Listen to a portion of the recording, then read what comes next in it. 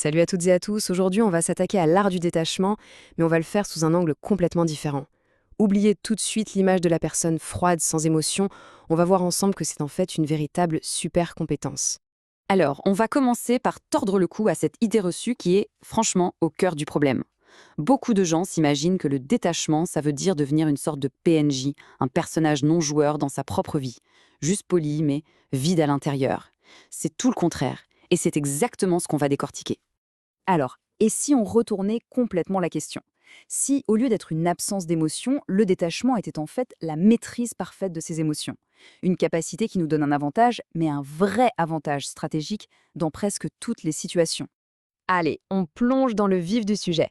On va découvrir ensemble quels sont les avantages stratégiques d'un calme authentique et pourquoi c'est une force absolument redoutable. Alors, de quoi on parle concrètement? Voilà la définition clé. Le détachement, ce n'est pas de ne rien ressentir. C'est la compétence de faire une pause, de prendre du recul et de switcher du mode réaction à chaud au mode analyse et objectif. C'est un changement de perspective qui change absolument tout. Et pour réussir ce switch, voici un outil hyper pratique. Face à une situation de stress, se poser ces 4 questions, ça permet de court-circuiter la panique. La première, de quoi j'ai peur? Est-ce que c'est raisonnable? Est-ce que ça comptera encore dans un an? Et la dernière, c'est vraiment la plus importante, se concentrer uniquement sur ce que l'on peut contrôler, c'est reprendre le pouvoir. Et là, ce contraste est super parlant.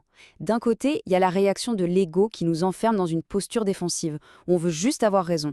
Et de l'autre, une approche stratégique qui vise le résultat, l'objectif. Et ça veut dire parfois désamorcer, penser à long terme et même s'excuser en premier si c'est ce qui permet de gagner la situation. Et Mark Twain l'a résumé de façon géniale avec cette citation. Le détachement, c'est aussi ça, c'est avoir l'intelligence de reconnaître les batailles qui ne valent tout simplement pas la peine d'être menées. C'est savoir quand il faut juste s'éloigner. Attention, là, on aborde un point vraiment crucial. On va parler du fameux fake it till you make it ou faire semblant jusqu'à ce que ça devienne vrai. Et on va voir pourquoi, dans ce cas précis, c'est une très, très mauvaise idée. Pour bien comprendre, il faut imaginer notre énergie mentale comme une batterie. Chaque fois qu'on fait semblant, qu'on force un état comme le calme alors qu'on bout à l'intérieur, on tire sur cette batterie. Et bien sûr, elle n'est pas inépuisable. Et quand cette batterie se vide, eh bien voilà ce qui se passe. L'épuisement mental, évidemment. L'anxiété qui monte en flèche parce qu'on est constamment sous pression. On perd son authenticité et donc son charisme. Les autres le sentent quand ce n'est pas vrai et la confiance se brise. Et ce graphique, il est sans appel. Regardez la différence, c'est énorme. Quand on est authentique, notre énergie est au top à 95%. Mais dès qu'on se force à paraître calme, l'énergie s'effondre à 35%.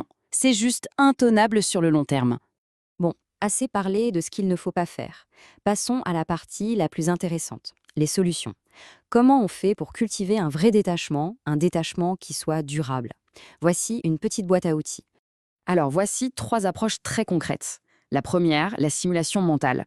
En visualisant à l'avance comment on va rester calme, on prépare littéralement son cerveau à réussir. La deuxième, agir comme un chercheur. Ça veut dire aborder une conversation pour apprendre, pas pour gagner. Ça retire complètement l'ego de l'équation. Et enfin, le plus simple mais hyper efficace, si la pression monte, on va marcher. Le mouvement physique, c'est magique pour se remettre les idées en place. Et si on devait retenir une seule chose, ce serait celle-là.